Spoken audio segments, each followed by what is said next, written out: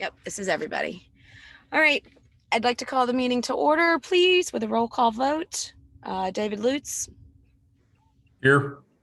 Rob Garrity, Here. Mike Huff, Here.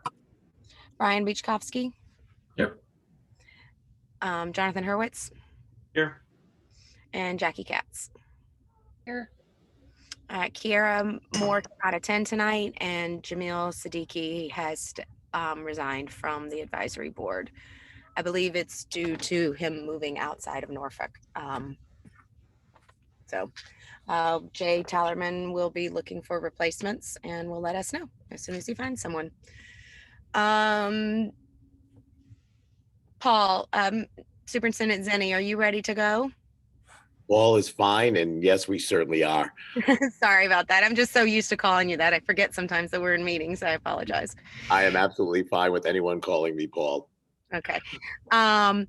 If you're ready to go, we'll go ahead and we'll do the minutes at the end, and we'll do Blythe stuff after your presentation.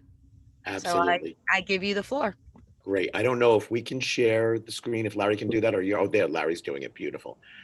So I'll just tee things off, but I don't know if you can hear. I have lost or am in the process of losing and regaining my voice, which many people here at the district are celebrating, especially Larry. But so I'll kind of tee things off a little bit and then let Larry do most of the talking. But that Larry knows full well I won't be able to keep my mouth quiet. I'll have to jump in at some certain points. We tried to give you a very, very, very abbreviated presentation this time. Over the years, Larry has put together a very comprehensive presentation, primarily because the first years that he and I were here, we were new to the budget process, and there were a lot of community people who really had lots of questions. And so in anticipation of the questions we had been asked in the past, Larry had put basically a slide in there to answer every one of those questions before they were asked. Now that we've been doing it for a little bit of time, we find that most people know the answers to those and are not asking the questions. That said, should you have a question that we don't go through in the slides, we are prepared to pull up all kinds of other charts, graphs, etc., to answer any of those for you. One of the other things that we didn't do tonight, which part of me is sad about, but we want to be respectful of your time, is that we didn't put in the dozen or so slides that talk about all of the major major things that we have to be proud of here at King Philip. I honestly believe that we have one of the finest school districts, not only in the Commonwealth, but in the nation. Massachusetts outperforms the country academically, and King Philip strongly outperforms the state. Your students are receiving an excellent education. It's something to be very, very proud of. And so we normally list many, many different accolades about the district so that you can be proud as well and can help us with the bragging rights. But again, in the interest of time, we cut those out tonight, but we will be doing that at the end of the school year. And maybe you'll be able to attend a school committee meeting and help us celebrate then. That being said, I will turn things over to Larry and let him kind of do a quick walkthrough of the budget for this year.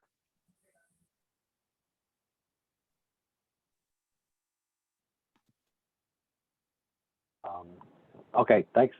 So we'll start off with because as you know, we are our own municipality, so we have to put together a balanced budget, which means we have to develop a revenue budget and an expense budget. So the first thing we do in the cycle is we put together our revenue projections so that we know what our target is in terms of putting together expenses. So out behind our offices, we have our money tree that I diligently water, and some years it bears more fruit than others. And we'll see what comes to fruit this year. I have been searching everywhere for that tree, by the way. I have yet to find it. Just saying. You're starting already, huh? I'm only on the first slide, Paul. Exactly. These are our various revenue sources. As you can see, obviously, the large slice of the pie, about 75% of our assessments, of our revenue comes from the member town assessments, and we appreciate that. A little under a quarter of it comes from state aid. Less than 1% comes from district generated revenue, and as you can see for this year, a little more than 1% comes from E&D. That's the excess and deficiency, which is the regional school district's equivalent of free cash. So here's our projection for next year for state aid. So on all these slides, when you see charts like this, we're going to show you 3 years of actuals. We're going to show you the current year's budget. And then in the column in green, we're going to show you next year's projected number. And then in the last column, we're going to show you the variance from this year to next year. So what we have in the state aid, the 3 major categories being Chapter 70 aid, transportation reimbursement, and charter school reimbursement. So for Chapter 70, even though through the Student Opportunity Act that was passed a couple of years ago before the pandemic, even though statewide Chapter 70 is going up 8.8%, KP is only getting less than 1% of an increase because we're one of those districts that is spending above our minimum.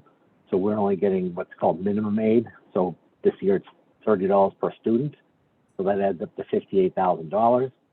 Transportation reimbursement was actually reduced significantly in the governor's proposed budget, which obviously is a disappointment to us. And the way it's projected right now is that our projected increase for next year, and no, that's not a typo, is that it'll go up $50 next year. There's no zeros missing. It's $50 increase. So don't spend it all in one place. And the last column is charter tuition reimbursement. So the way the charter tuition reimbursement works is that when you have increases from one year to the next year in the amount of students who enroll in charter schools, you experience a spike in your costs on the expense side of your budget. And in the state, in order to mitigate that increase, gives you through a formula a reimbursement to sort of offset it.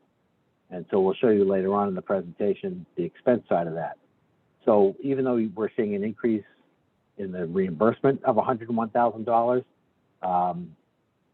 it's not what we should be fully getting. It's $49,000 less than we should be if the state fully funded its own formula.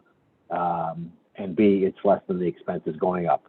So in the aggregate, our state aid is projected to go up by $160,000 or only 1.61%. So I'm going to go back one slide and show you. So if 23.49% of our budget is going up only 1.61%, those of you who are quick with the math can figure out where this story is going. Just real quick on the transportation reimbursements, you can see real brief, this is the 10-year view. The red line is what we should be getting if the state fully met its obligations. The green line is what we have actually been getting. We had 1 year, 2 years ago, we were kind of close. But other than that, we're consistently a couple $100,000 short every year. And this is consistent across the state. It's not just KP. Every regional district in the state has experienced the same shortfalls. So that's a gap in our budget. On the district revenue, that tiny sliver we showed, we are starting to see the reimbursements for Medicaid. That's for services for students whose family have Medicaid insurance for certain services they get, like speech therapy, physical therapy, things like that. We're able to bill their insurers and get some reimbursement back on that. You can see going back to 2019, we were getting nothing. And through our special education department, along with a consultant that works with us through the state and the federal government to get these reimbursements, we've been able to go from 0 to a pretty good number on that. So that obviously helps. Our interest income fluctuates just based on how much we have in the bank. And then other revenue is just a miscellaneous category that every year we budget 0, and sometimes money comes in that's unexpected, sometimes it doesn't. So we never know what's going to, if we went further back than 2019, you'd see years that were much lower than this. In 2021, because of COVID, we had some unexpected funds that came in through various sources. That's why those numbers are a little higher, but going forward, it's impossible to predict, so we predict nothing. Here's our certified E&D. And we just got late breaking news last week, so actually this slide doesn't reflect it actually. So our E&D for this year, actually based on June 30th of last year was about $1.4 million, a slight increase from the prior year. And I should explain the only reason that last year and FY21, which is what's on the chart, are so high again because of COVID, because we passed those budgets prior to the pandemic hitting. But with schools shut down or partial shutdowns, we ended up not spending all of the budget. So all those unspent funds rolled into our E&D into the reserves. So we don't expect that trend to continue. We expect next year and beyond, we expect it to go back down to the levels that it had been in the years prior, 18, 19, 20. And you'll see that when we talk about how much we are contributing into the budget. So that is So, the net flow into reserves, you said? Yes. So this is our equivalent of your town's free cash. And then some of that is used in the budget the next year. So it's not an aggregate of that. Yeah. Okay. Right. So right now, out of the $1.4 million that's certified, we're proposing to use 400,000 of that to balance next year's budget. So right off the bat, we're already down to just over $1 million when we start the next fiscal year. Well, that's $1 million add. That's not $1 million. This isn't your E&D balance. This is a yearly contribution to E&D, right? No, this is the balance. This is the balance at the end of each year. Yeah. Okay. So how did you have a And then negative from that- balance? I thought you said this was the amount that goes into reserves. No, I mean, if I said it that way, then I apologize. This is the balance of that. So the year that it was negative, that was the year before I got here. So, and I want to be careful how I say this because I don't. I wasn't here, but B, I never like speaking negatively about predecessors, but there was apparently a timing issue that with a very large invoice that was paid out of the wrong fiscal year. And the Department of Revenue, who certifies the E&D, essentially penalized the district when it did its calculation and held it against them when doing the calculation. And so it should have been certified that year at probably $800,000, and it would have been right in the same range as the surrounding years. So the district had the money, just on paper, the way they did the calculation, they weren't allowed to spend it, technically. So it's just one of those weird kind of things that the district paid a bill a couple weeks earlier than they should have. But then, you know, the situation didn't really change. The way the calculation works, the money. Larry, your sound started to get jumbled. Sorry, so it's the next year, the money, the same money was still there, but just the way the calculation works, they counted it the next year. So that's really the best I can explain it, I guess. For those who have a history in the town, you'll remember that prior to Larry's arrival and that the year after I came on board, you had a couple of very, very bad budget years. And so Larry came on and did a phenomenal job of going through the budget and really kind of correcting for a lot of those issues, and then, you know, trying to present that transparent budget to you. And that's where we came forward, and that's why, as I said, you know, we used to have all those slides trying to explain all of that. But that piece of it also reflects part of the reason why you had such very bad budgets back, you know, 5 or 6 years ago, before Larry and I got here.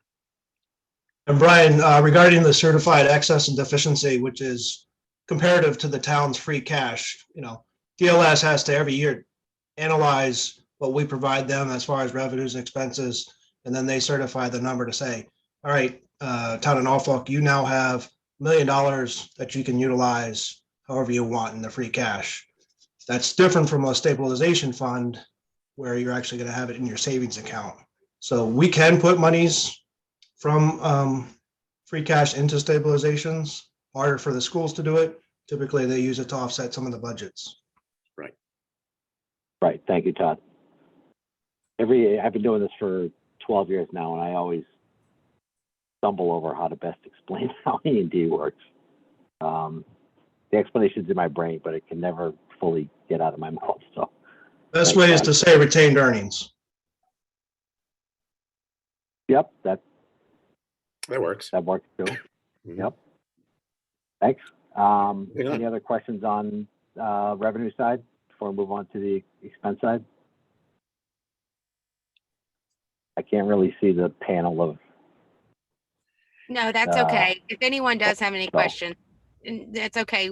When he shares his screen, he can't see. So if you do have a question, just go ahead and jump in. You don't need to raise your hand.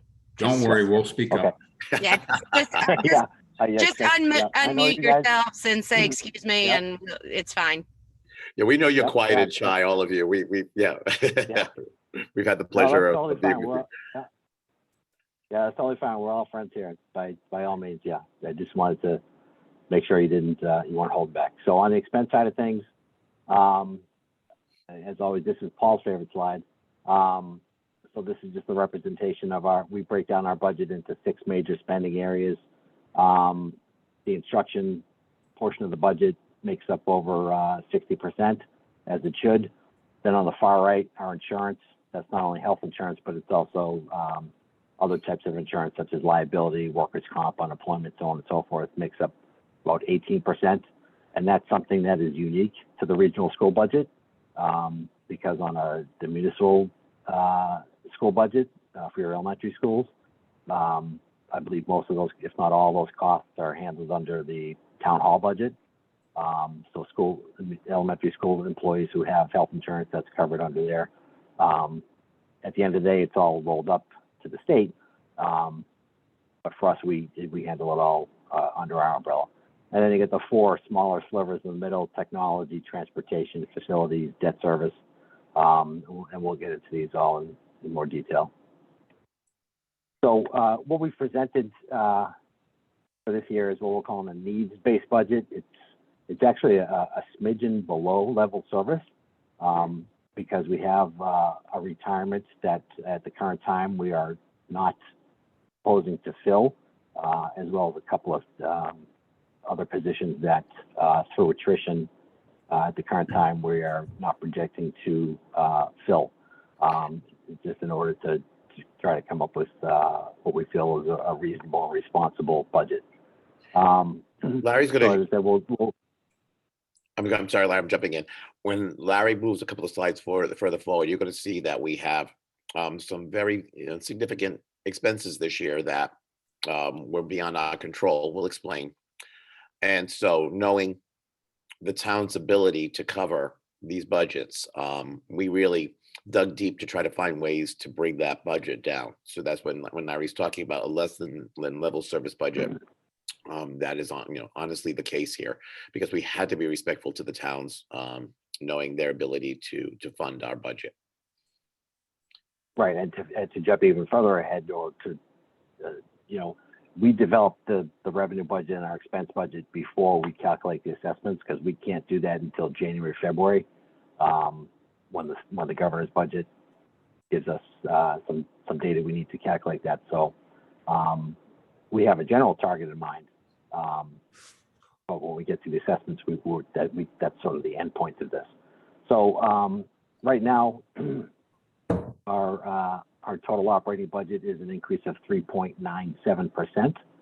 And so, like I said, we'll go through each of these categories one by one. But before that, every year when we start our budget process off in the fall, in October, we let the principals and directors, we let them open school, have a couple weeks, and then right away we jump in and say, okay, now start developing next year's budget. So, and what we tell them is, tell us what you need. Don't just give us a level service. Okay, this is what we just need to keep doing what we're doing. Tell us what you need to really support and enhance and grow your programs, and to build and really expand the excellence, like Paul said at the top, of what we have in the district. So some of these positions do some of that, but a lot of these you'll see really are just to expand really the core of what our programs do.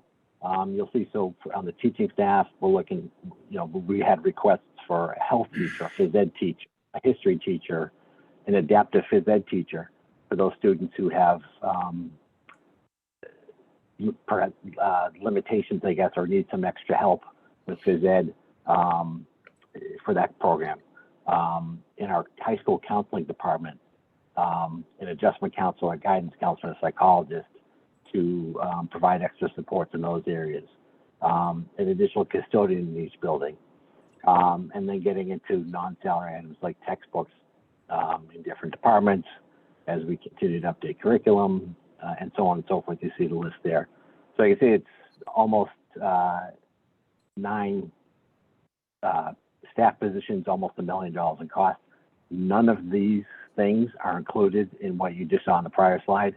These are things that were requested for, but we just, again, like we said, trying to stick to what we felt was reasonable and responsible to ask for.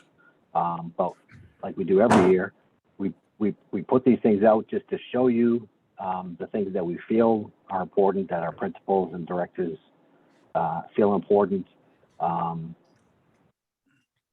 So that if the time comes when funds are available, hopefully say, oh yeah, they had, we talked about that last year or so on and so forth. So I think it's important to those note, things I'm going to that are jump in with Larry on this one. And Larry, Yeah. by the way, I can hear you in your office, and when you're speaking, there's actually a lag. So I'm trying to jump in when you pause for a breath, but I apologize if I am jumping over you. The bottom line is this list of almost $1 million. These are not frivolous things. These are things that each department and each school feel that to continue to grow the excellence of our programs would be very important to add into the budget.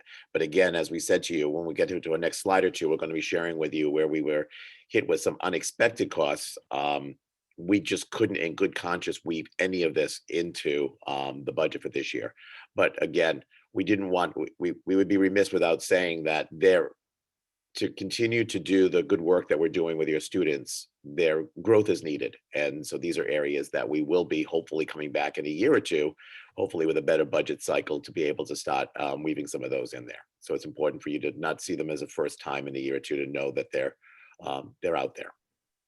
But that's said, Larry, we probably can move right on.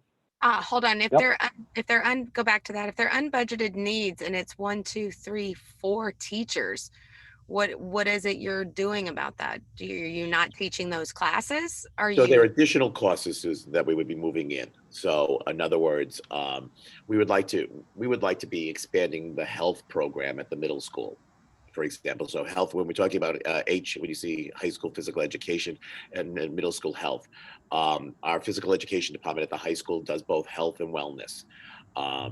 We don't have a lot of time in our students' schedules for them to really get into deep health classes with all the social emotional issues going on with those kinds of things. We feel like we could explore those curriculums much more deeply than what we're doing right now. So this is not a reduction. These would be new staff members to build new courses. The same thing with adjustment counselors and guidance counselors and school psychologists. These are all areas we've expanded those departments, but we're still seeing further need. And we responsibly feel that while they would enhance what we're doing, they're important positions. We just can't build them in the budget at this time.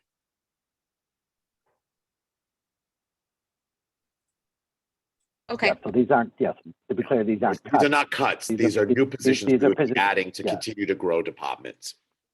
Yeah, these are positions that don't exist right now. Yeah.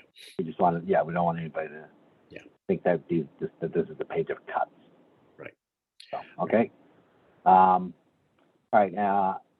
And again, we wanted to, like Paul said, over the last 4 or 5 years, we've worked really hard to try to, find every penny and dollar we can. One of the things we've worked very hard on is to, because health insurance, obviously, as you folks know, on with your budget as well, health insurance is, just one of those things that can be a budget buster. So we've worked very hard with our insurance provider to try to get the best we can and you can see these are the 4 prior years of premium increases have been, we think, very reasonable. You'll see that for next year, it's a little higher. We'll explain that when we get to that slide. For legal services, Paul and the folks, the folks that he works, the folks that he works with, the principals and directors. Can I interrupt you for a second, Larry? Sure, go ahead. Are you saying that the health insurance premiums have gone up 13% in 3 years? In the aggregate, yeah. Isn't that a lot? It's actually pretty low. isn't it? Yes, Does very it? low. Yes, very low. Okay. That you 13% over 3 years is low. I'm not familiar with this, so I was just asking the question. I'm not judging. Yeah, no, that's fair. Exactly. So I'm then in trying the to fall, figure they- out if that's a normal. I mean, I get that there's a cost of living clearly every year, but I'm trying to figure out if insurance premiums generally rise, 10 to 20% in a 3 to 4 year period, on average can tell you over that- time. Yeah, I can tell you that one of the again, Paul talked the budgets of FY 17-18 before we got here. The increases were, I think, in the 12 to 14% range. Yeah, I know we had a couple of years that really killed Yeah. the health insurance premiums. I can't remember what year it was, but I remember it cost the school a ton. It was right before Mr. Zenny took over. Right. There were multiple school meetings about it because it was such a budget buster. But since then, it seems that was the first year. I believe that was the first year after the new insurance regulations went in, and that was part of the reason, and probably also coming off of a recession. But I didn't realize that they were going up this much every year when it was not for that reason. So Yeah, I mean, a lot of it. I don't want to jump too much ahead, but a lot of it. The biggest driver of the premium increases is claims. And so if we have a year that our claims are low, then we'll have a lower increase. If there's a year where claims are higher, then it's going to be higher. okay, so it's not based on cost of that's- living that's the biggest or driver. regular No, yeah. increases. Yeah, I mean, It's based on I mean, premiums. some of that is baked in there, but the largest driver by far is just claims. Okay. Yeah, it's just how much. Right. Yeah. I just wanted to know if that was normal. Okay. Yeah, we're Well, actually yeah, very sure. proud No of problem. those rates for the last 4 years. That was a lot of Okay. work on Larry's end. In the fall, they'll give us an estimation. They'll say, when you're building your budget out, plan on, you should budget in, say, 10 to 12% increase. And we always, our eyes go wide. And so that's why we try not to bring you a budget too early, because we try to get exact figures to put in there, because when we budget in 10 to 12% and we put that in the presentation, people, start to get heart palpitations. The good news is that, they've come in early with those higher estimates, and then Larry works with them, and we get it down to a much more reasonable rate. And so these were really very good rates. We were really proud of those, to be able to share those during our presentations in years past. You're going to see, and actually jumping ahead, that we are looking at a little bit of a higher rate for next year, and that's one of the factors that was driving the increase in the budget. But again, we're jumping ahead with that one. I think just to kind of wrap up the slide very quickly. I just wanted to Yeah. I just wanted to see if it was normal. That was all. I wasn't necessarily questioning Yep. it. I just wanted Nope. to see if this was, a normal, or it's high, it's low. Absolutely. Thank you. Yeah, no, And Susan, health insurance for everybody is individualized, even though what you try and do is get in with an organization that would help you mitigate those costs over a long term.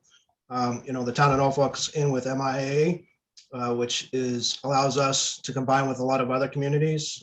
And again, as Larry indicated, the biggest probably contributing factor is the experience rate, which is if you have a lot of claims, they're going to start to ding you for the percentages that you're utilizing the services for.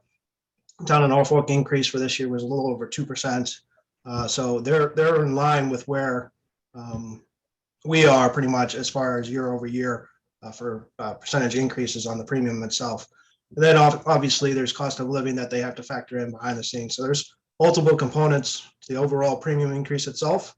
A lot of times it's the little black box. You don't want to open it up to find out what's actually in there, but those are the numbers that and it's consistent with what we have on town of Norfolk side.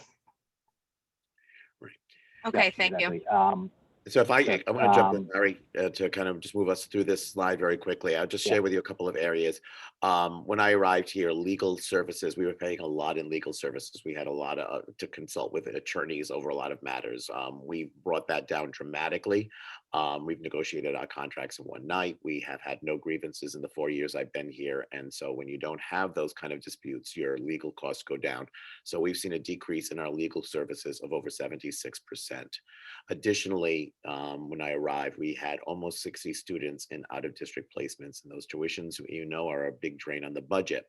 And so we've built programming. You've heard us talk about cost avoidance, that we've spent a little to save a lot. And not only have we saved money for in those programs, we've also done the right thing and kept our students in district. And so we brought down our out-of-district cost, decreased that by 48% over the last 3 years.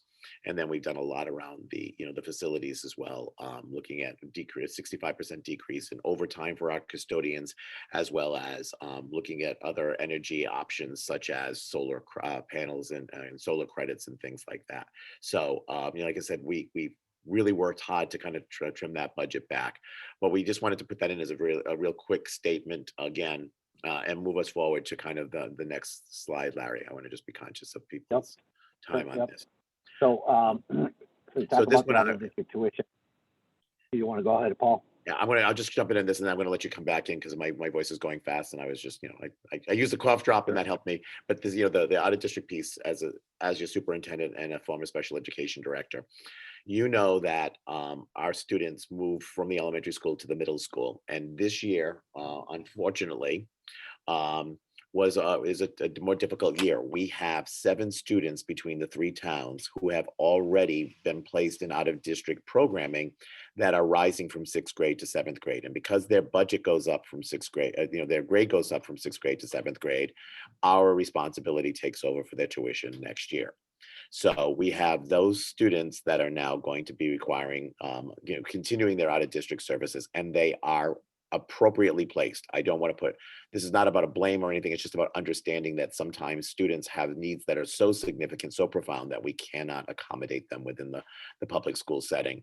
These kids are appropriately placed, but those bills are coming up, and it just happens that each town has a few of them. So collectively, we're picking up a budget, 7 new students. Additionally, the elementary districts built a program and are sharing students. It's actually housed in Rentham, but there are students, I believe, from Norfolk in it. There are 4 students right now that are in 6th grade that have a significant level of need, and so this particular program for students who have a diagnosis on the autism spectrum, with significant needs and one-to-one support, we don't have the equivalent of that program at the middle school. They built it at the elementary school. We have 4 students who are moving from the elementary to the middle school, and we're going to have to build that program at the middle school to continue to keep them in district. So we're in the process of building that program right now, so it'll be ready for them to start for summer programming in July.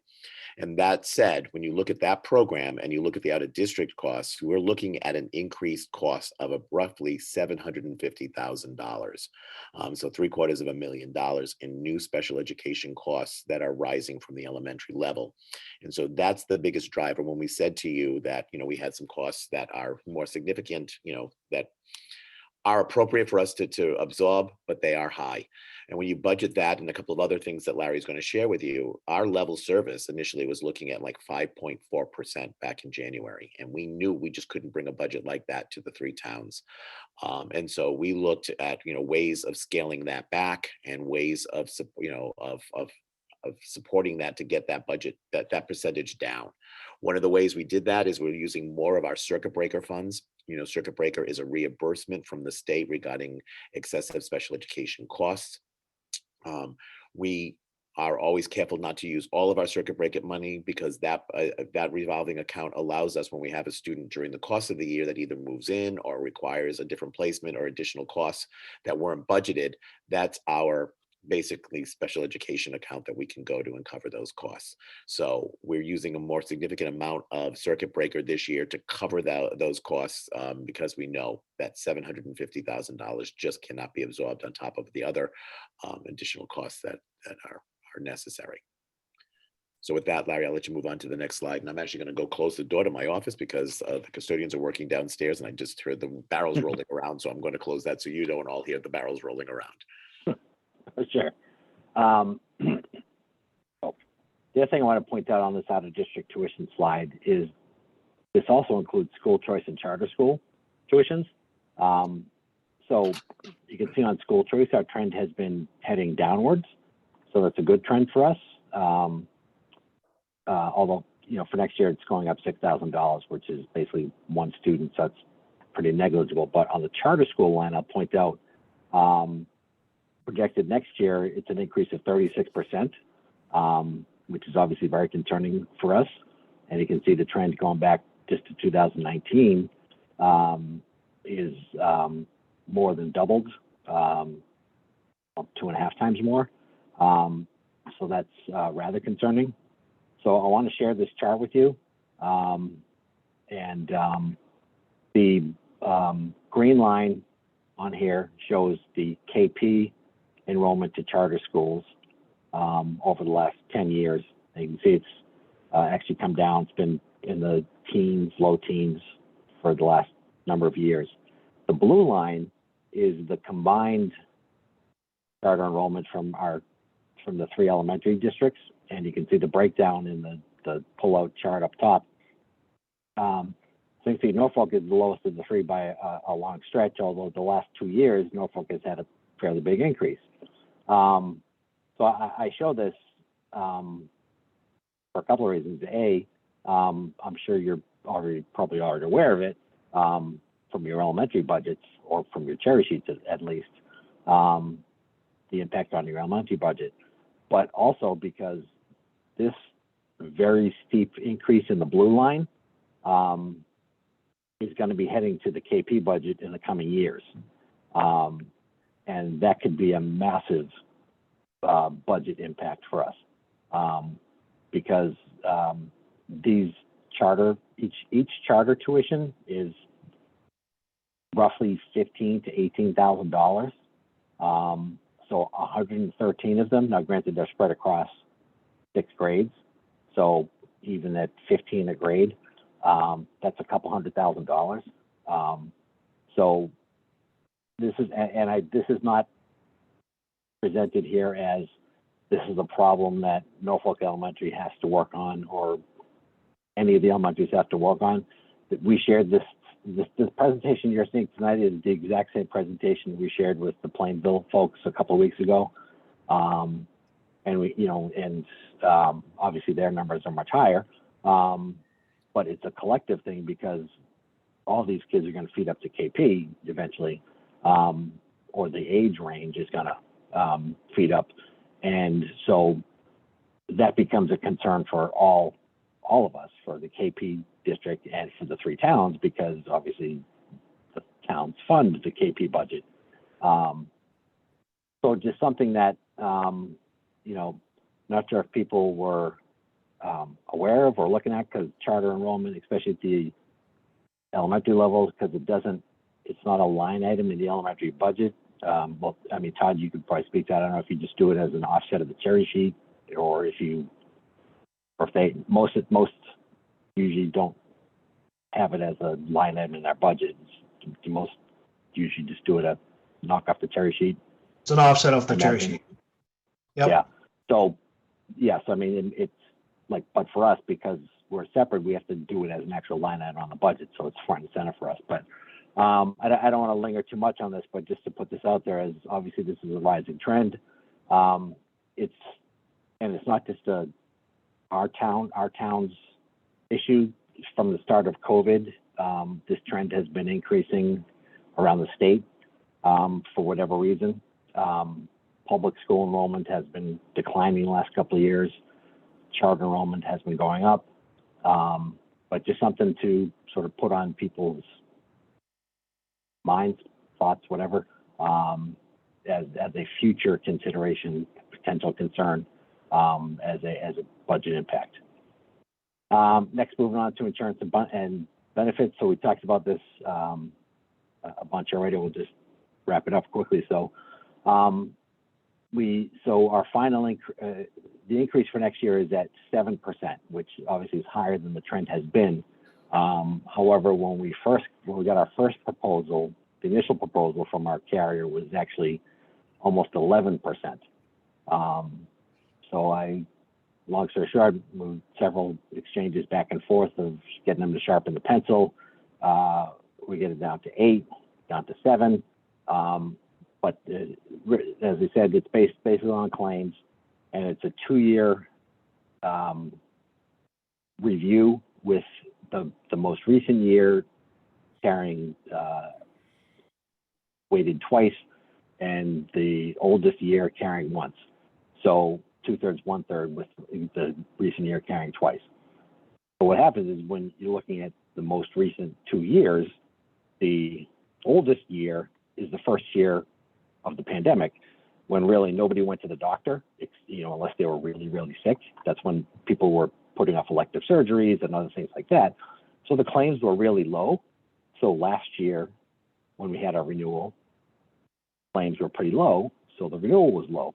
This year, where people have started going back to the doctor again for more elective things and regular checkups and so on, the claims have gone up again, and that counts as twice as much weight. So claims have gone up again, and so that's been an increase. But 7% is still fairly decent. And our dental, our dental insurance has been locked in at the same rate for several years. So overall, we feel pretty good about this section of the budget. Our debt service is essentially just a pass-through. The towns are paying through it, but it's a line item in our budget. And the last year debt service payments are in fiscal 26. So that means next year plus 3 more years after that. And did I miss a slide? No. Okay, got it. So any questions on the expense budgets? Jump right in. I can't see it. I think you're good, Larry. They're going to jump in with questions. So why don't we go right to the assessments at this point? Yep. And then we All get right, to so questions at the end. Yep. So going through the assessments, that's me hard at work there. As you probably know, for the assessment calculation, we use the state's formula for it. These are 4 of the major factors that contribute into the formula. First one is foundation enrollment, and that is all the kids who go to KP, as well as the kids who go to school choice and charter school. So it's essentially everybody that we are financially responsible for. So all 3 towns had a reduction in the number of students, but you can see Plainville had a smaller reduction. And in this case, a smaller reduction means you carry more weight. Municipal revenue growth factor shows essentially it tries to be a reflection of how much capacity you have to fund education. The higher your number, the higher your capacity. So you can see all 3 towns had pretty high numbers compared to prior years. The catch is that this percentage is used as a multiplier. What they do is they take last year's required contribution and multiply it by this percentage. So obviously do the math, the higher percentage you have, the higher that you're going to go up. The required contribution, that's the starting point of the formula. Norfolk obviously went down. Plainville and Rentham went up, but Plainville as a percentage went up higher. So that means their starting point is relatively higher than it was last year.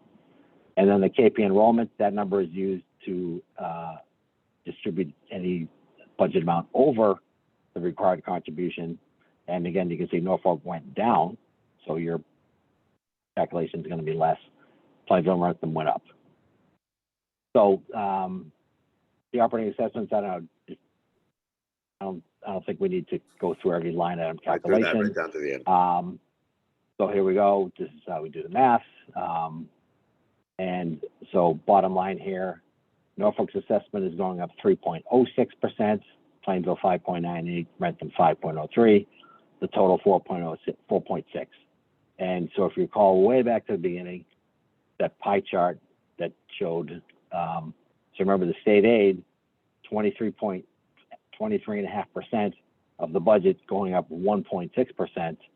If the total budget's going up 3.97, that means the rest of it has to go up more to compensate for it. So the 74% that comes from the towns is going up 4.6%. And obviously, as you know, the percentages for each individual town are vary from year to year. And actually, these three numbers are as close as they've been to each other, I think, as long as I've been here. So for whatever that's worth, that's how they play out. Here's the recap of the factors. Capital assessments, as I showed, that obviously they go down because the interest goes down. And here's just a 5-year trend of the assessments. So you can see here we are for next year. But if you look at the average for the 5 years, you can see Norfolk has had a number of good years in a row. Plainville has had a couple of years where they've been the highest, and so on and so forth. But you can see on the far right, our operating budgets, our total budgets, have averaged just over 3%. But because the state has been coming up short year after year, unfortunately, the towns have to compensate for the lack of state aid, and that's why the assessments obviously are much higher, are somewhat higher than the budget, because the state is coming in at like 1.5%, 2%. So sort of the, just the nature of the beast, I guess. But you can see here in FY18, this the year of the, whatever you want to call it, the assessments went up almost 8% in total. So we've been significantly below that since then. And, Paul and I take some pride in that. So appreciate your time, and if there's any other questions, we're happy to entertain them. You want to go back to the last slide just for the question portion until someone says they need to see something else? Does anyone have any comments or questions? Need some clarity on anything? Oh, Susan, I have a question. Okay, go ahead. So Larry, I'm Rob Garrity. I'm a new member of the advisory board, but a King Philip alum. So Yay. yeah, there you go. Alum made good. So what have you done with your ESSER funds? So with the first batch, we used most of that for Chromebooks. So we introduced a one-to-one device program for all the students. So we used for that, and we used a portion of it for PPE and things like plexiglass dividers for the teachers in the front offices and things like that for the nurses' stations. So it's mostly for that. The last 2 rounds of ESSER money, which totaled about $450,000, somewhere in that range, we have not used yet, and those don't have to be spent until FY24 and 25. So we've held off on using those yet. We've and for all those and everything we did use those for, we've used them for one-time purchases. Mm-hmm. We've not used any of those ESSER funds to offset or use to balance the operating budget, because it would just create a funding cliff for us. So anything we did, we used for one-time purchases. And do the ESSER 2 and 3 rounds carry the same restrictions as ESSER 1 carried, being, the COVID nexus? I forget if it's 2 or 3. I don't have it in front of me. One of them had a requirement that you had to spend, I think, 10% on is it mental health Paul, I'm Yes. drawing a blank here. Exactly. So, but it was very broadly based. 2 and And 3 so get we- more narrow in their prescriptions, and tying directly Yeah. into issues. So like infrastructure, you can do HVACs around air quality, but Yeah. you can't just go out and build a new wing to a building. Yeah. But we are looking at trying to tie some of those things together. I mean, I think it's important for us to probably share at this point as well that we've got some big capital expense projects that we're dealing with directly and trying to absorb in there, and maybe playing the shell game a little bit if we have to as far as the ESSER piece goes. We had to close our guidance department at the high school down for 6 months this last year because of mold that was discovered in there, and so guidance moved into the library. We had to do mitigating projects to take care of that. We're putting in a new roof in the high school administrative wing because it is leaking like Niagara Falls. And right now we have a temporary boiler running. If you drive by the middle school, you'll see what looks like a trailer parked on the side of the building with piping going in because 2 of our 3 boilers are down. We've got one that's scheduled to be replaced in the next few weeks, and we've got the other one there supporting the one boiler that is working to make sure that we had heat yesterday for the cold days. So we're taking care of those things, and we're trying to, as I said, absorb them partially into the budget. But as we move forward, however we can kind of use the ESSERs for those one-time projects, then saves on coming to the community for those projects. But your buildings, you had some great renovation projects long before Larry and my time, but they're now 15 years old, the renovations. And so the renovations are starting to need renovations, and those just the reality. So we're trying to do what we can and be as responsible as we can without hitting the towns with major expenses over some of these projects too. Thanks.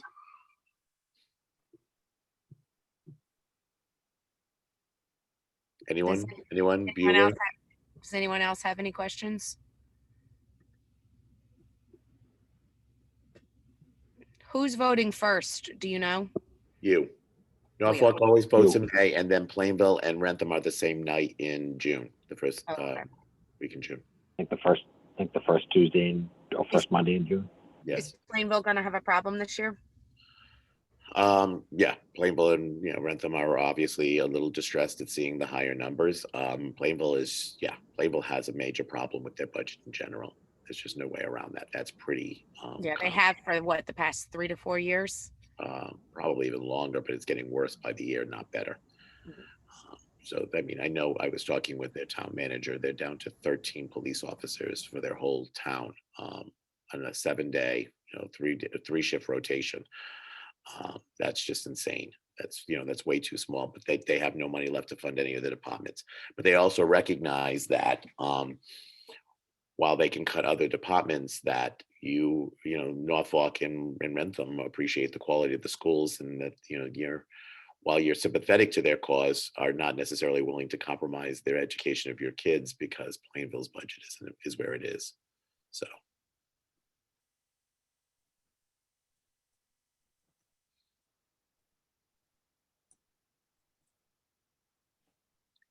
Oh, Larry, I just want to thank both of you for always coming together, presenting a well thought out budget.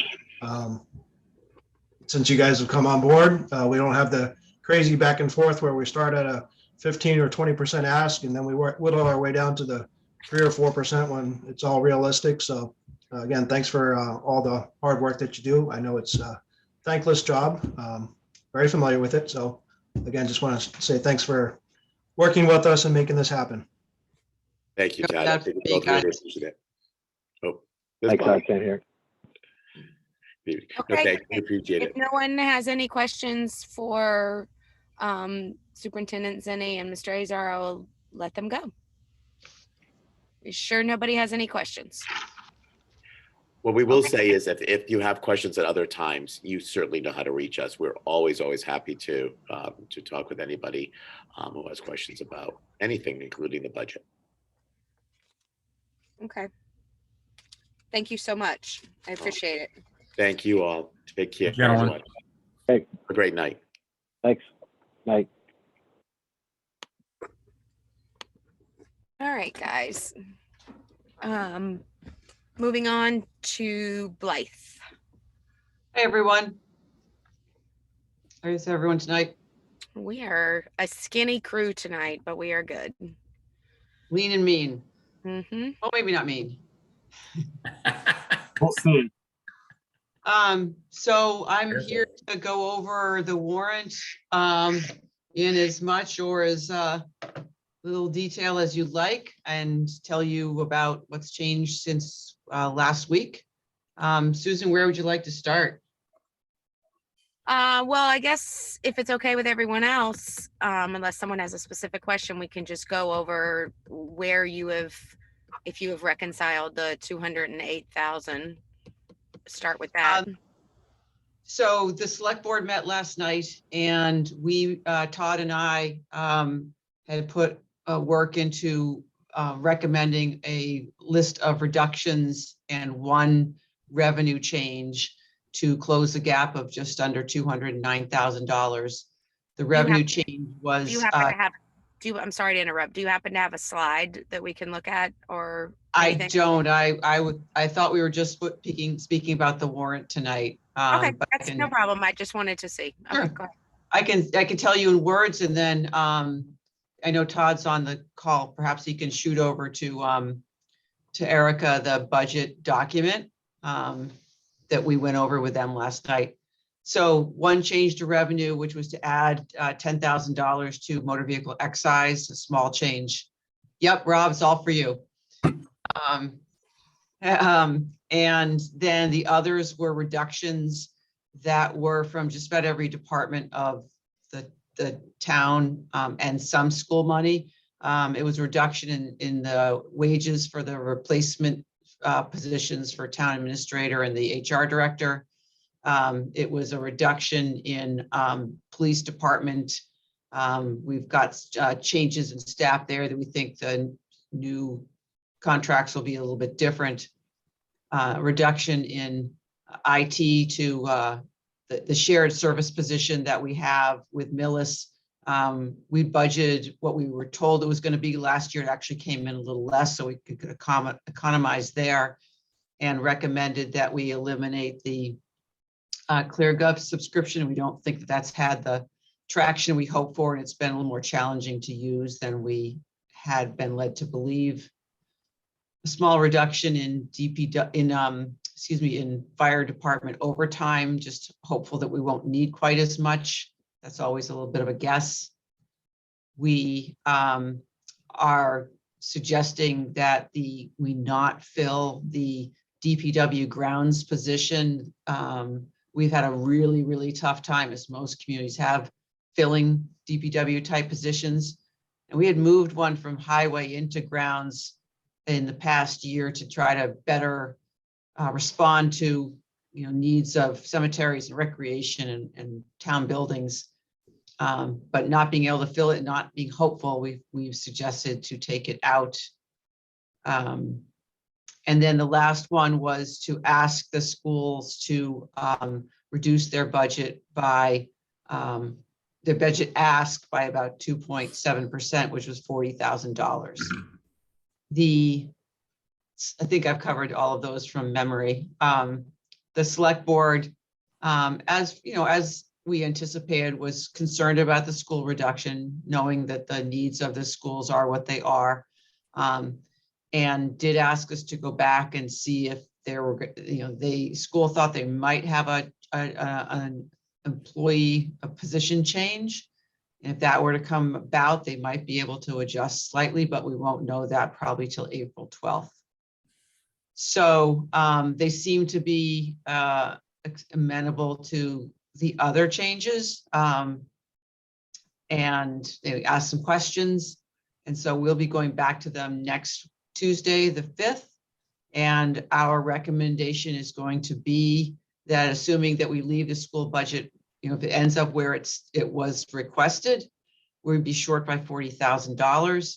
And our recommendation is to fund that from free cash, which would be a less than 1% of our total budget usage, which, we're always, Todd and I are incredibly cautious about that, but feel that there's just no other changes that are realistic on the town side. And if we were to start cutting money here and there, we're likely just going to create structural deficits that you'll just be making up later, come a year from now when overtime costs are what they are or oil costs are what they are. So that's where we're at. Okay, I so don't, just to recap, you took 40,000 for the 208, you took 40,000 from free cash, and then you found the additional 168,000 in salary cuts, overtime cuts, any cuts to services? well, I think the grounds position will result in services not being quite what we'd like them to be. We may not be able to get the grass cut at, the police station as quickly as we'd like, or, cemetery or whatever. Cuddling I that think position. we'll see it. It won't be quite what we hope for. But, we're being realistic about the fact that we're just struggling to fill positions. Can we get a goat to eat the grass around the fire station? Heck, I would try it if I thought it would work, So, yeah, you're correct, Susan. I think the only modification I'd make is we did make one minor revenue change for 10,000. Okay. No other services though? No. Okay. But I have a question. You said part of it was a salary reduction for your position. Is that based on market rates dropping, or it will be gapped for a while? I guess I'm just not tracking what the plan is for your position. I don't know what the plan is for my position, to be honest about it. But what I would say is that, I came here with quite a bit of experience, and if you look at the salary schedule, I'm near the top of that. So reducing it by 20,000 still puts the position over the middle of the range, which I think still gives the town some flexibility to hire somebody for it. I don't know what they would negotiate.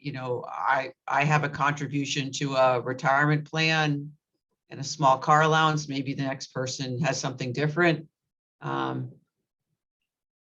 It's a little hard for me to say. With the HR position, we might be able to find someone for the slight reduction we've made, or we might just need to delay the hiring a little bit because Scott will be leaving in early July, probably just after me.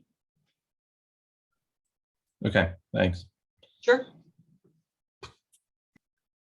And when you say the cuts to the fire and the police, police was just a cut to new hires for their starting salary? So as you probably recall, the chief and the deputy chief are both retiring in September for the chief and July for the deputy. We expect to promote from within, and the chief had factored his budget initially more on the lines of what he and the current deputy were making, and he and I had a spirited conversation about how we didn't think it was quite going to go that way. So he's looked at that more closely with salaries of rates of chiefs and deputies in the area.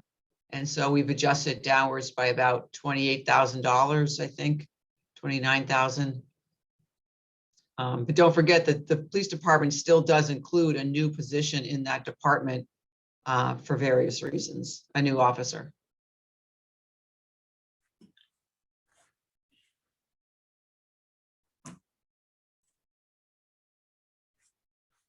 Okay, So- and then fire department was just overtime. A small 10,000 in overtime, which is, it might be It's like- not needed, and it might Yeah. just, it's always really hard to say.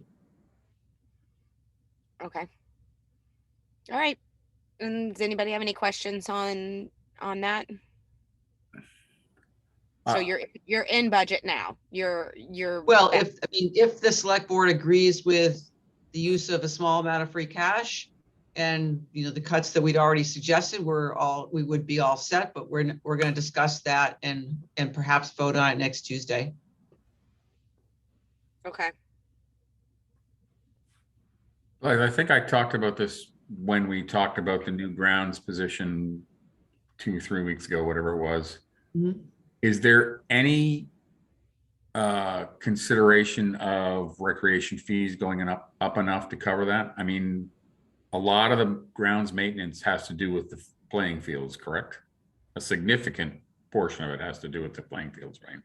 Yeah, it's playing fields, it's the town buildings, it's the cemeteries, it's the memorials. And I mean, some of the recreation revenues go towards paying for all the fertilization of the fields. That's contracted out and is paid for from there. I think some of the work on maintaining the sprinkler systems is paid for from there. Todd, do you recall areas that I might be missing? You see more of the invoices than I do. With respect to the DPW maintenance?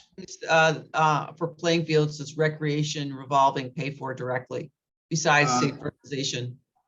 Well, they do fertilization. They do any of the outside hiring of services in order to refabricate some of the fields. Typically, a lot of the aeration, anything with respect to the water system that has to be fixed or taken care of.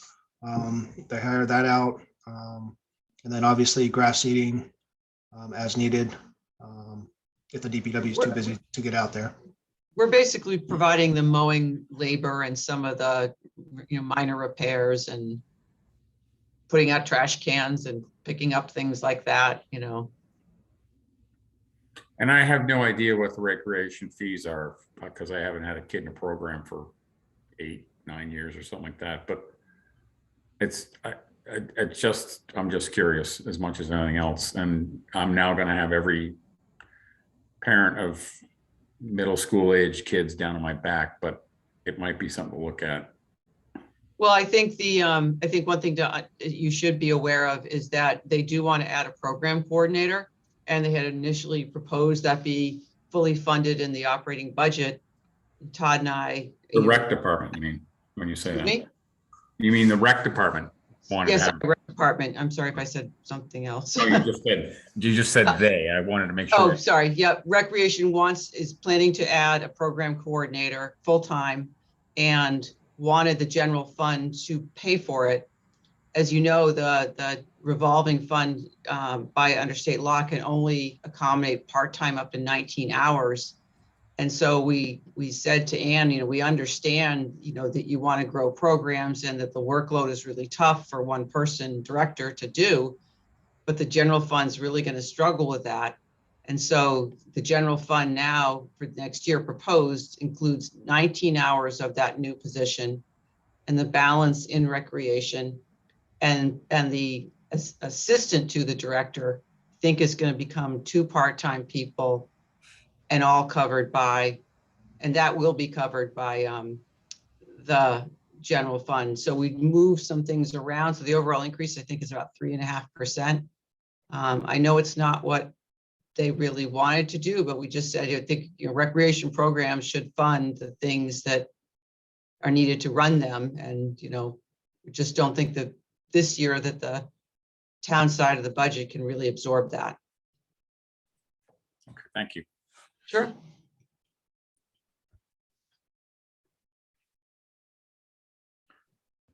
Okay, any other questions on that specific topic? Okay, all right, Blythe, if you want to go ahead and go through the other warrant articles. Yeah, so I'm going to go through them fairly quickly. Just please stop me if you have any questions or changes. We were up to 33 articles because we've broken out what we think are substantive and non-substantive portions of the general and zoning bylaws, and I'll go through that in a little more detail in a minute. But just running down from top to bottom, Article 1 is the election. Article 2, unpaid bills. Todd hasn't let me know of any, so I don't think there are any. Does We anyone don't have any. Does Awesome. anyone want me to put up the most recent warrant so you can follow along visually, or are we good just to listen? Anyone? I've got mine on my screen, so. Okay. Yeah, I have mine pulled All up. right. If no one needs it, we'll just go ahead and go on. Go ahead, Blythe. Article 3, transfers. I know we'll have a transfer for snow and ice. Last I checked, it was about 120,000.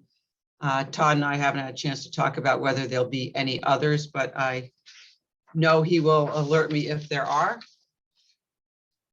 Article 4 is the compensation schedule for non-union employees, and that's recommended at the typical amount of 1.5%, and aligns with what we're been settling contracts for with unions. Article 5, the budget. I'm sorry again to interrupt, Blythe. Ann Proto just joined the call. I'm not sure if she joined based on the question we just had about recreation. Ann, do you have anything to add before we move on? Okay. All right. Just jump in if you do, Ms. Proto. So I actually didn't hear the question. Oh, I was just saying that I noticed you just joined the meeting right after we had just had a discussion about recreation. So I wasn't sure if that was why you joined, and I wanted to give you a chance before we moved on. It is why I joined, but I actually didn't hear the discussion. I was told that they were discussing recreation covering costs. Okay. David, do you want to repeat your question just while Ann's here? You know what? I'd rather not, but. Okay. Okay. All right. Thank you. All right. Go ahead, Blythe. Answering you from Blythe. So Article 5, the budget, we just covered that, and I'll have an update for you after select board meets next week to consider what we're putting forward. Article 6 is the water enterprise fund, and there's been no changes in that number or anything since you saw it last. And same with Article 7, which is the enterprise fund for the sewer system. Again, no changes there. Article 8 and Article 9 are the two articles for cash funding and debt inside the levy for capital, and we're not planning any, as we typically do not in the spring, but they're on there just in case something had come up. Article 10 is the opportunity for people to give reports, so nothing to talk about there. Article 11 are the revolving funds, and there are no changes to the funds that we have or the expenditure limits that are proposed from FY22. Article 12 is the request by the planning board for the funds for the master plan for $50,000. No changes to that since you talked about it last. Article 13 is the feasibility study for the Freeman Kennedy expansion, $150,000, a portion paid by free cash and a portion paid by funds that remain from the HOD roof. Article 14 through 16 are CPC articles. First one is to put the money in the buckets as typical. Second one is their administrative expenses of $15,000. And the last one is use of $5,000 from the open space reserve to survey and map vegetation on Norfolk lakes and ponds, so they can establish a program going forward and have a more program that's more is consistent and can help keep these problems at bay. Why that's the reason the CPC is separate from the revolving funds is because the CPC uses their own funding source and not the, okay. Just right. Yeah, the town tax, separate tax the town adopted and goes into the specific uses. But similar question on Article 12. Article 12, this is general fund money? Yes. Yeah, free cash. Yep. It will, it's $50,000 that will be put along with $40,000 we got from a state grant to kick off the master plan. Right, thanks. So the biggest changes from the version you saw last time are, and we discussed, were the recodification. It was broken down into 4 articles before, and now it's 6.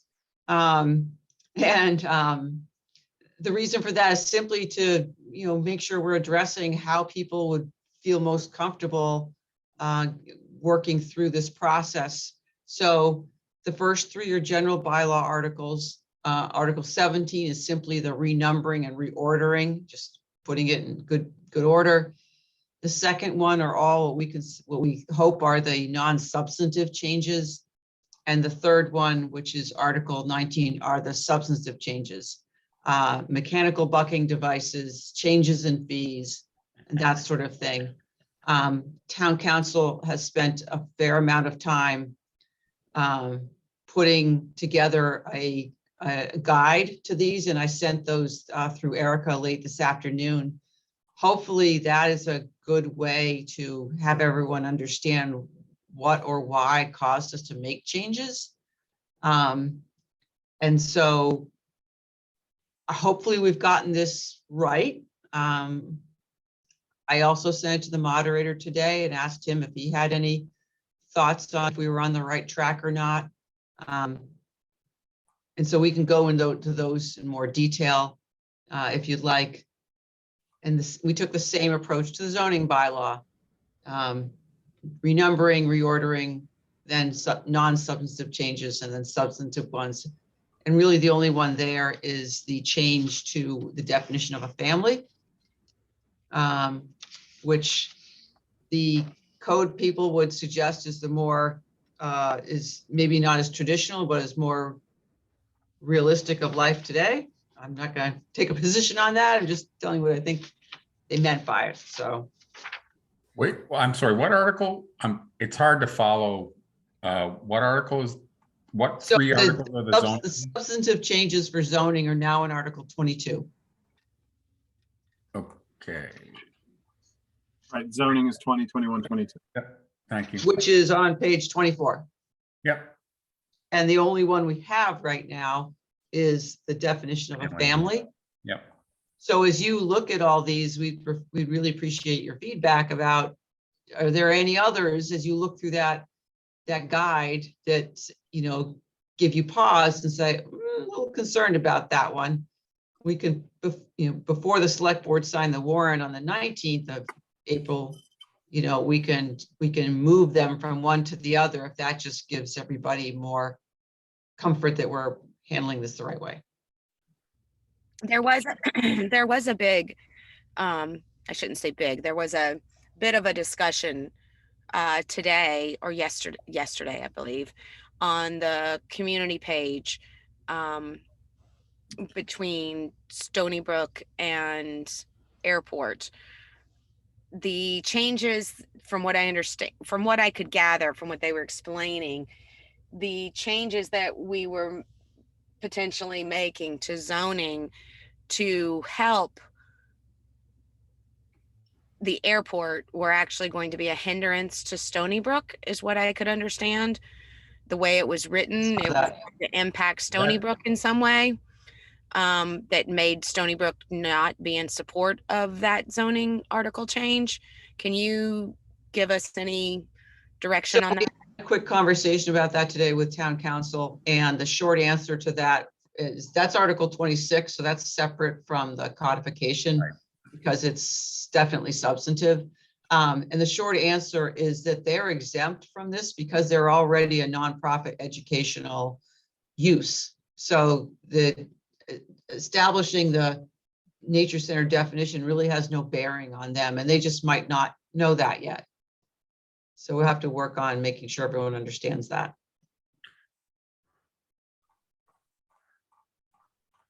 I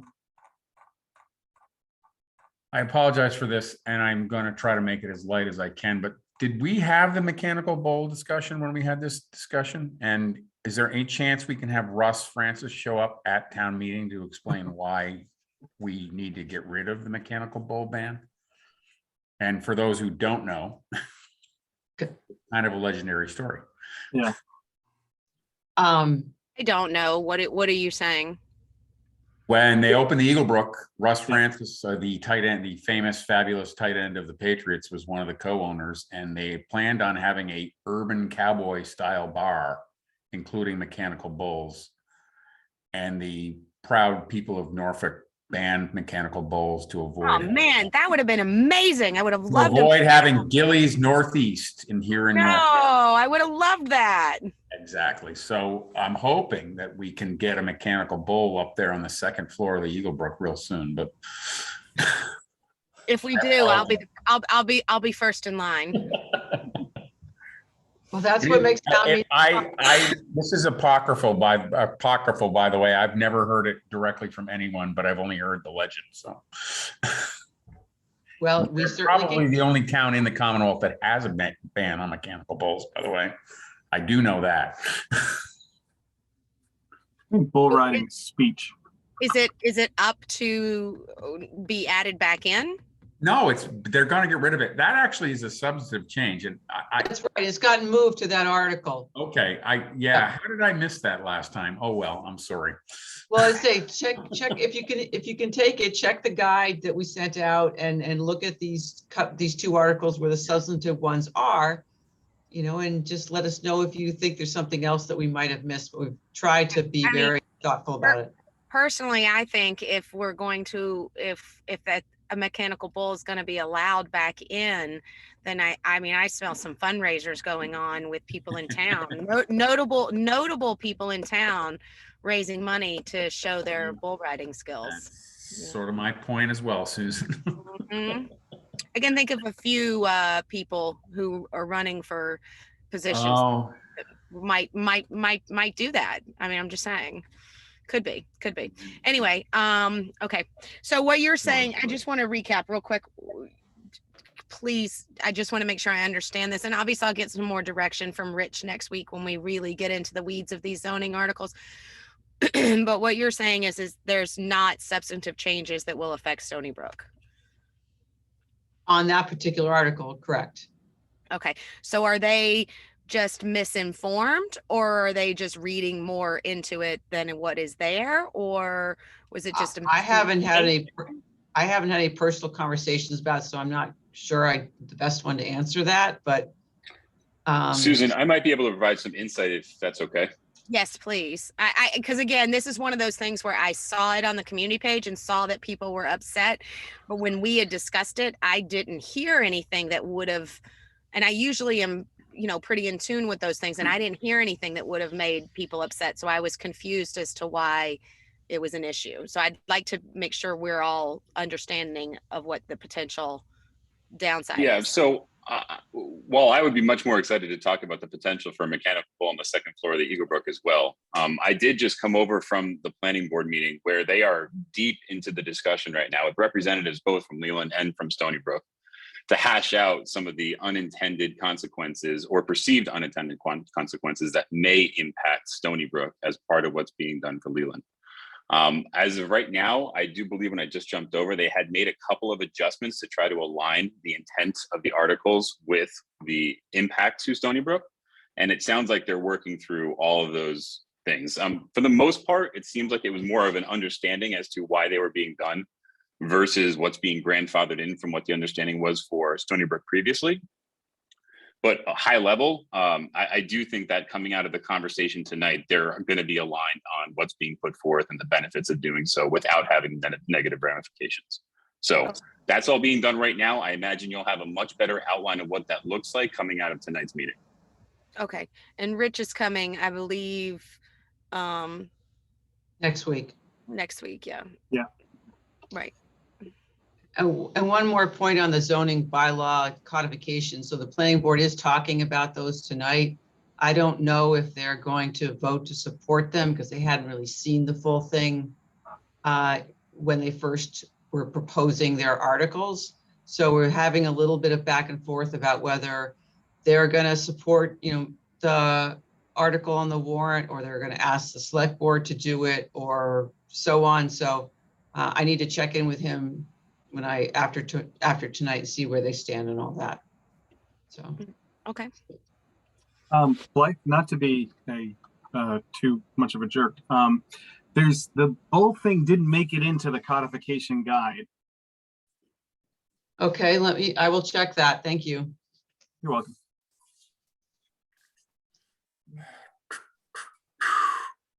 We were up to Article 26. what Um, else? Can we just jump back to 23 for a second? Oh, sorry, yes, go ahead. Yeah. 23. So 23 is to fund some money to have appraisals done of some properties on Lawrence Street that the town needs additional right-of-way to put the sidewalk, for the developer to put the sidewalk in that goes up to Waits Crossing. We had been working with a couple of the property owners there, and there seems to be a desire to be paid damages for any property that's needed. So which we need to get an appraisal and then be able to figure out what that is, which puts a monkey wrench in the work of the project as well. But regardless, you've got to go through this in a methodical way. And we anticipate that's going to be a $15,000 item. May not cost that much, but just trying to make sure that we're covered. If that's a developer requirement, can we put that cost on the developer as opposed to the town? There already is a cost on the developer as a part of the comprehensive permit. He'd agreed to spend $10,000 for the work to design and lay out the sidewalk, and he's been doing that. It was really not known that there would be a resident or two who would be objectionable to the amount of, the feet that were needed and may want to be paid for that. So, Okay. yeah, We can't go back to the developer at this point? I guess you'd have to talk to the zoning board of Yeah, right, appeals. okay, Yeah, about that. yeah. I mean, unfortunately, the road is not in the middle of the alignment, so you don't have, where you need to put the sidewalk is not where you have space to do so. So, Article 24 is the accessory building, and where those can be, what things can be placed where. I think we've talked about that one before. And then Article 25 is the amending the parking requirements and adding the waiver provision. And then we just talked about 26. Jumping forward, 27 is the usual Chapter 90 article. And we're hopeful we're going to see a bit more money this year. Looks like the state's going to pass a winter authorization of $1 million. And the MMA is really pushing for 300 million from the state as well. My take on is this might be the year that actually happens, which could get us to about $1 million to spend on roads next year. So going to keep our DPW staff incredibly busy if it happens, which is great. Article 28 allows the select board to apply for grants, typical article. 29, sell surplus property, another typical article. Then we have a couple new ones that we've talked a little bit about. Article 30 is to enable the town, unfortunately, to make up what we expect to be a shortfall for the wastewater system because of non-payments by some of the users. We've had a little bit of success in that area. We did send out rather strongly worded letters before the select board took this topic up a couple weeks ago. That garnered us about 29,000 within a couple of days from two of them, from the condo associations, but no payment yet from the other two entities. And so to avoid a problem with the DOR in the fall, we're going to want to be able to fund that, and unfortunately from taxpayers from free cash. So what you're saying is the residents paid their bill, but the developer and the owner of the other lot, which is a corporation, did not. So small people are paying their dues, but the larger entities are not. That's amazing. It is one of the condo associations is not fully paid up yet. They made a partial payment, and promised to get on better stead, but I don't think that they fully brought current. I think that's just extremely, obviously there's nothing we can do about it right this minute, but that's in such poor taste to see that developers and conglomerate corporations don't pay their bills, and a condo complex that's full of retirees are paying their bills. So that's Yeah. that's very disappointing. And I hate that. I'm not saying that the residents of the condo complex should not pay their portion. That's not what I mean by this. I'm just saying it's extremely disappointing that when we push to get paid, we're getting paid by people who are on fixed income, and the two people in the group, or the two organizations in the group who probably actually have the money to do it, aren't doing it. It's pretty sad. That's a pretty Yeah. sad state for us. It's So a that, normal position for us to be in, you know, because Sure. it makes it, unfortunately, I'm not saying it's this way. It makes the town look like the bad guy when we in fact are not the bad guy. I understand that, but it makes us look that way, unfortunately. So that's a pretty sad state of affairs. Todd and I I are, hope there's something legally we can do about that in the future. Or so before. that's a perfect segue into Article 31, which is to ask the town meeting to authorize us to submit a special act to the legislature to set up a sewer district. Interestingly, the town did pass a warrant article in 2010 to set one up, but it never made it to the legislature. So we don't know why. I can't answer that for you. So I've been in touch with Rep. Dooley and asked him, you know, if that legislation from 2010 is just exactly what we need, is it possible we can just submit it now? Or do we need to revote it again? The stale vote, you need to vote it again. Yeah. And I'm not sure that it quite is, you know, 12 years later is exactly what we should be doing.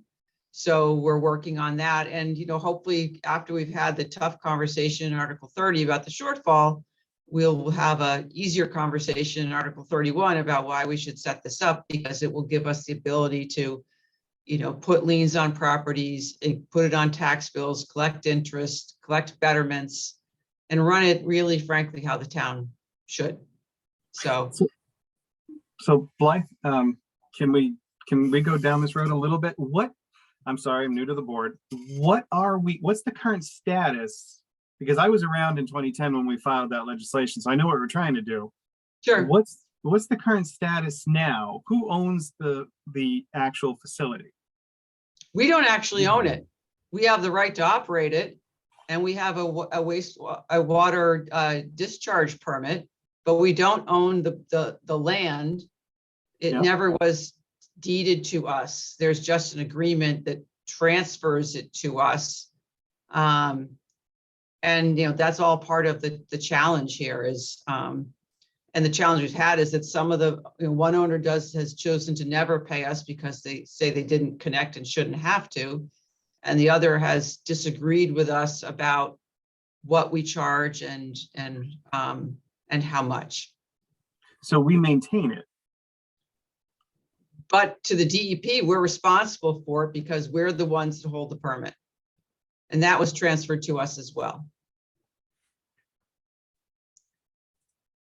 And then what, so you can't put liens on properties now? We have to sue people, sue the entities if we want to try and collect the money that we haven't been paid, which is time consuming and expensive. Blythe, is that public record? Like who's paid and who hasn't? Sure. Maybe it goes into the warrant. Well, I don't know that you want to put it in the warrant. Certainly could. I'm happy to bring it up when we discuss the article. Yep. So Todd is trying to figure this out the whole time he's been here, and I joined on the topic, and we've been trying to make it work, and it got better last year. We got 3 of the entities to pay, and we got our retained earnings up to $90,000 or just shy of it, which will help close this gap this year. But because the agreements call for us to pay them back every year their share of what we didn't spend, we can never grow those retained earnings, and we're in a tough place when a major expense would come along because people don't want to pay. And what difference would a wastewater district be over the enterprise fund solution? the district gives us the rights under state law to be able to issue, like I said, lien a property, collect interest, foreclose if I had to eventually, issue betterments for, say you need to have a very expensive repair or replace something. You could issue a betterment to collect the money for it.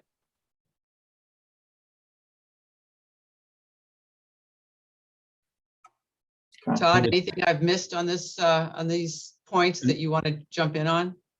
No, again, the water district, that again, just gives us the legal ability to attach the properties if there's monies that are owed. Currently, we're not really able to do that, and that's the triggering points. We can talk a good game, but we don't really have any tooth in this game when we need to go to bat and get these monies back from people so that they owe. Obviously, it's going to cost money because attorneys are involved, and a lot of times been utilized, both myself, Blythe, Blair, all the predecessors before, select board, multiple meetings, multiple dates, lots of expenses through town council. And to date, we took it over in 2014 was the town meeting vote to accept. 2015 of January thereof, we started operations. No monies were paid for 2015 at all from anybody. 2016, they started making payments. And then there was a true up in 2018. And then, like Blythe said, we had a pretty good meeting last year with all the members, but for one who decided to put a public records request when we agreed to go to mediation to get him resolved, telling him the cost of all the paperwork and everything that he wanted was going to be very excessive, and he decided not to do anything. But that's one of the stall tactics of this particular gentleman. Not a very big piece of it, but multiply it year over year over year for the past 7 years now. It does add up. So that's where we're at. I guess I'm not following why the town can't put liens on properties for money owed, but a district can, because the town can do that for other things. Because you need to have a. You don't have a legal entity that can enforce the fees.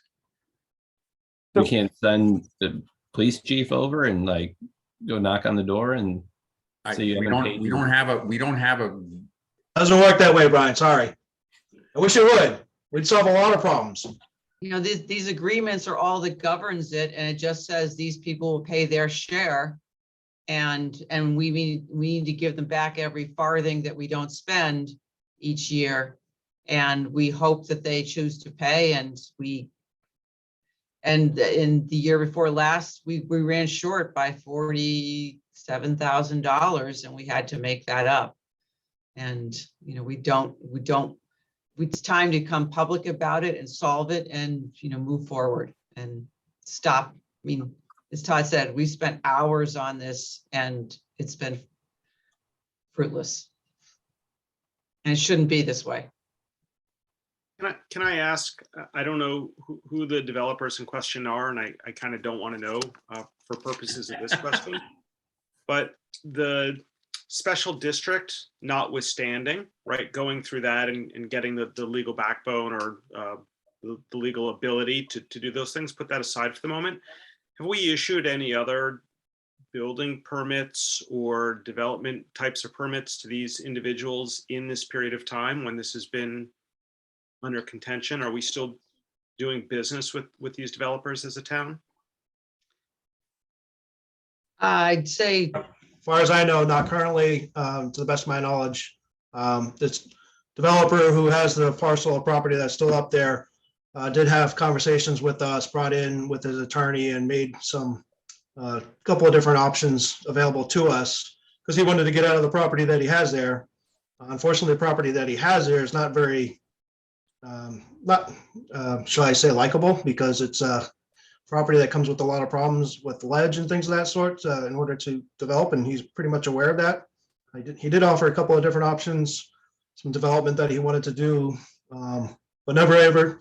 All he is talk, stall, delay. I'm not going to do it. I'm not part of this agreement, even though it was his agreement. It's written that it doesn't have to do with attachment. It's called allocation for a reason, because it was allocated out in the agreement, but he doesn't.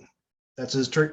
He feels that he can just argue and argue. So where I was going with this is this isn't necessarily going to solve the collections issue. But again, the wastewater district notwithstanding, is it within our rights as a town with the agreements we have in place just to have a formal policy of we're going to cease to do business with any of those developers? We won't be issuing any development permits or other building permits, nor would we sign off on any property transfer or sale until we're made whole. Is that something that the town has a legal capacity to So do? currently in the treasurer's office, they do have to go for good standing. And, obviously this would be a problem for him. But he's not doing anything with us now. So that defeats that purpose. The only legal option that we have currently is to sue the parties because we have an agreement. They're not adhering to it. But that means we got to have lawyers on our side. They have lawyers on their side. Back and forth.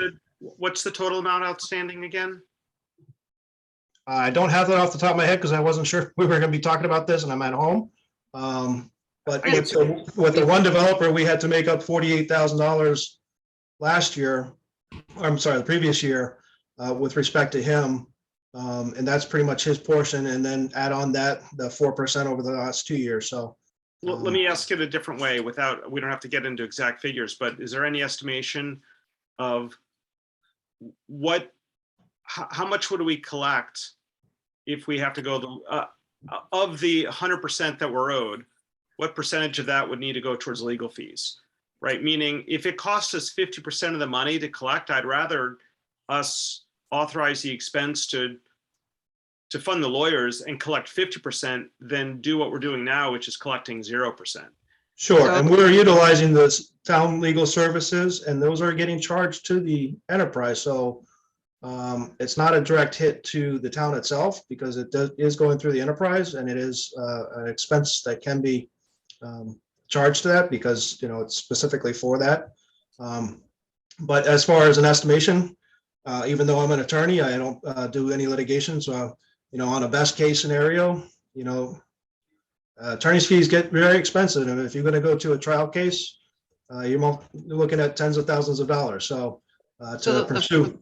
We're going to take is to where it's a several pronged approach. First step is going to be to set up mediation per the agreements with these two and try to have at least a pre-meeting first to see if we can't get to a resolution before we go down the mediation route. Also go forth with this special legislation because one of the key things for us it'll do is expunge these agreements, which have been a real anchor around our neck, especially as the entities have said, well, if you can't get all four of us to agree, then you can't change them. Well, we can never get the one developer to the table. It's just, we just go around in circles and don't get out the other side. So being able to have these agreements go away, lien properties, collect interest, and not give them back what we don't spend each year so we can grow a responsible reserve and be able to take care of it, not at all the taxpayers' expense seems like a great outcome. But is the Walgreens and the Silla's building, are they using this facility too? They are part of one that's it's called A-Hold Properties. They're the ones that had the lease, on the bigger parcel. Yeah, A-Hold is like Star Market or whatever. Yeah. Right. Yeah.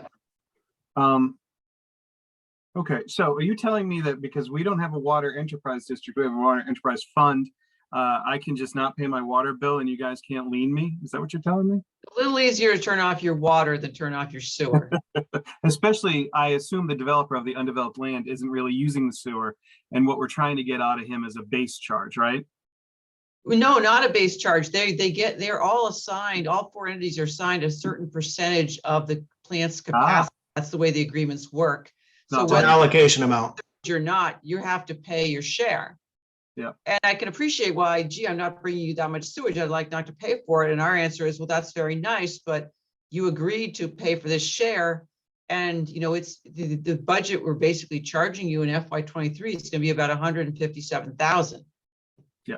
There's a pump at the bottom of the hill. He's got to pay for that, because, Yeah. Right. The stormwater doesn't go into that thing. That's a whole nother topic for a whole nother night. So seeing as a bunch of folks who at least casually pay attention have a lot of questions, this could be a big town meeting thing, right? Yeah, it could. How are we going to explain this? Very plain English and very straightforward. Guys, we need to get this on firmer financial footing, because asking you to pick up the bill is not where we like to be. Yeah. Huh. I can't remember who asked the question of how much it was, and Todd said he didn't have the numbers in front of him. I can't swear to the accuracy of this, but I just went back and looked at my notes that I had from when Blythe and I met in January to discuss the warrant. And I have written down, excuse me, I'm sorry, 125,000. And it's that the developer owes, his portion is 10%, and he has not paid it 10% every year, and he has not paid it for 7 years. That's what I have written down. I don't remember the details of the conversation, Blythe, so I'm sorry if I'm giving wrong information, but that's how I wrote it down when you and I were speaking. No, that's fine. I don't know if that helps anyone who I can't remember if it was Robert or David who asked or Brian who asked the question. Actually, Jonathan, I believe. But... Oh, sorry, the one person I didn't name. All right, so Jonathan, but I have written down it's $125,000 for us this year if we don't get this money, which means it's somewhere in that ballpark of what's owed totally. And if that's the case, and that's approximately what's owed every year, and he has not paid 10% of that every year for 7 years, I would assume it's somewhere in, $12,000 times 7 is what the developer owes us. Yeah, his percentage of the plant's only about 4.3%, if I recall. So it's not a big number, but it does grow over time. And we have liened the property, but we just have no teeth to collect it. And he hasn't paid his property taxes either. So there you go. But we can get you an update of where we stand financially on what we have collected this year. And, we're hopeful that we'll be able to collect some more before a town meeting, but that's where we're at right now. If it's okay to move along, just 2 more articles. 32 is to rescind some excess borrowing that we didn't had authority to borrow for the HOD roof, and we didn't need to. So it's best to get it off the books. Our auditors recommended us taking care of that. It's just over $1.2 million. And then the last one, now that Article 33, now that we have 4 precincts for voting rather than 3, we need to slightly adjust the bylaw for the CPC to reflect that there's a member from each district. So that's what that's about. And can I ask a quick question about that? Sure. When the CPC was originally set up, we had 4 precincts, and then we went down to 3. And I guess I didn't pay attention and realize that we'd made one at large. Are we following the general law that governs the creation of the CPC committee, or the CPC, sorry, committee is redundant. I think we are now. Were we following it when we created this at-large position? I'm sorry. I don't know. I'll take a look at that. Okay. I was on the CPC back when we had 4 precincts, so I'm curious. Okay. Didn't we just pay someone to review our general bylaws and make sure they were in compliance? Good point, but this is well, whatever. I'll take a look. Well, I worked for the agency that we was precinct every day, so yeah, it was we were one of the first communities in the state to pass the Community Preservation Act. We were like number 4 or something like nice. that back in the day. Anyway, Awesome. sorry to distract. No, that's everything I have on the warrant. Can I back up 2 articles and just ask one more question on our friendly developers? Not to open a can of worms, so if I do, just stop me and we'll table this. But when you mentioned that someone's also not paying their property taxes, do we have the legal standing to be aggressive to go collect property taxes, or are we in a similar boat with the wastewater where, due to whatever agreements and this and that, we can't be aggressive and go collect? I'm just curious how that may be the same or different. Short answer is yes, and I'll let Todd expand. So with respect to this particular piece of property, town doesn't want it. Just like there's some other properties that are around, unfortunately, we can go through the process. There is a tax title taking that would occur first. That requires some paperwork, documentation, as well as lawyers getting involved, deeds being completed and things of that sort. And then once that's accomplished, we have the ability after a period of time to then go foreclose on it. And then after that time period, then it becomes our property. But again, we're taking property that we really can't do much with. Even if we had it and tried to sell it, we probably wouldn't get very much for it because again, it's not a very good buildable lot from my understanding. So yes, we can do that. We can spend a lot of money and again, it's attorney's fees to get all that stuff taken care of. We'd have a piece of property that we really can't do too much with going forward. So again, we're aware of the situation. It's not an ideal situation for us. I guess my commentary, for whatever this is worth, is everyone is everyone who pays their bills is feeling this pinch, right? And we are going to create some extraordinary levels of ill will with the tax-paying residents of this town, myself included. I'll speak for myself, but I can project a little bit here, where everyone who is scrimping and saving and cutting and all those kinds of things to pay their bills on time. And we are going to be faced with corporate entities who refuse to pay their bills for whatever reason. And our answer is, well, it's a hassle, or there will be legal expense, or we don't want that property. It's not a hassle, Jonathan. That is not where I was going with this. I guess my delivery of what we're trying to do is say, what are the various options? We're exploring all different avenues in order to get this accomplished. So it's not like we're trying to say, we don't want to go that route. We're trying to do a business decision for the town of Norfolk too, as well, taking into account all the different options. Right. I guess my point being, though, I understand what you're saying, but I'm just trying to put it in the perspective of how any individual homeowner and taxpayer is going to feel about it, which I don't believe it will be acceptable to hear. We've made a business decision to allow people over here not to pay their bills, right?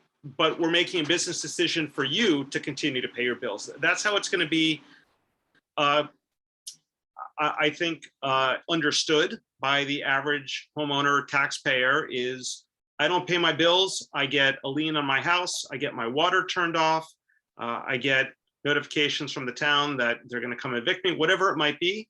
But a corporate developer doesn't pay their bills, and we need to make a business decision of whether it's worth it for us to pursue or not. I understand the finance aspects of that, but I think the optics of that are pretty severe right now and won't be well received when we as a town come ask for our usual increase for the schools, increase for the operating budget, increase for capital expenditures, but are then immediately told we're making a business decision not to go after corporate entities who owe us money.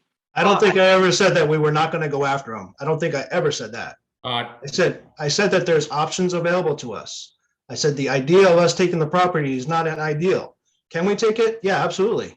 Will we be able to sell it? Probably, but it might all be at a loss. So yeah, we can go down that road.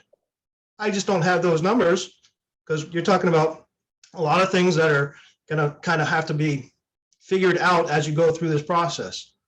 You know, being able to put in the district and then allow us to attach the property so that we can then go through the foreclosure process, get all those monies. You know, maybe we'll settle out mediation. I don't know. Yep. We're going to pursue everything we can. Yep. My one ask, I understand that. My one ask would be, I think it is a fair and reasonable ask for us to try and do an assessment of how much would it cost us legally to get out of this situation. Even if it's at a loss, let's present that as an option, because it may be beneficial for us to pay $100K, whatever it might be, making up a number, right, for legal fees to get out of these agreements, to take it by foreclosure, to get the offending developers out of our hair and be done with it, as opposed to having a shortfall every year from property taxes, from wastewater fees, and then asking the town to pick up that shortfall. If we have to take a loss to foreclose a property and sell it, at least we're done with this situation. And that might be a longer term net benefit than dealing with this for however many more years and not being able to collect any taxes from it at all. Well, I think there's Jonathan, you would not believe how aligned you and I are on this issue. Yeah. That's exactly what we're trying to figure out. Do I know what the number is going to be to have an attorney run and go through this whole process? No, I don't. It's going to be very expensive. Yes, we can figure out what that's going to potentially be. But again, the idea here is, can we get out of it? No, DEP will not let us get out of it. So now we're kind of bound as a town where we have a DEP permit that we now have to kind of keep going forward. The requirement for us to move that DEP permit over to a private entity requires that private entity to have in their reserves 25% of the building replacement value. Building replacement value, put a number on that. Let's call it $1 million for easy sake. They need $250,000 on the private side in order for this transaction to occur that we got into that we really can't get out of. So it's not just as easy as sue, hand over the papers, give back the keys. We call it a day, we give them the check, we're done. We're exploring all those different options. And unfortunately, we have a lot of things going against us as a town. And don't get me wrong, I'm very aligned with you. You can ask Blythe. She and I have had heated discussions. I've had multiple heated discussions with a bunch of the different members that are part of this organizations, to the point where, you know, now they've gotten their attorneys involved. And too many times have I got at a table and just had heated exchanges back with a couple of these people. So yes, I am very aligned with wanting the town of Norfolk to potentially get out of this relationship that they probably may or may not have taken on early on. Again, I don't know what the reason was. I wasn't here in 2014 when the decisions was made to vote it into the program. The only thing I can really gather is that, you know, downtown's right there, and they potentially thought that, oh, well, if we have the sewer plant here, we can tie into downtown to the sewer plant. It makes sense. Problem is, you're pumping uphill and you got to go through a bunch of other utilities. So that becomes a problem as well to try and do anything else. Plus, you don't have the volume. You know, Stop and Shop, were they ever going to build? No idea. Doesn't look like it. They're still paying the bill to, well, not this year, but still pay the bill to maintain the plant, even though they didn't utilize it.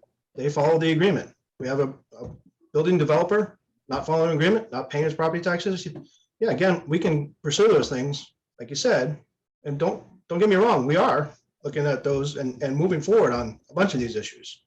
Unfortunately, it's just gonna come to a head.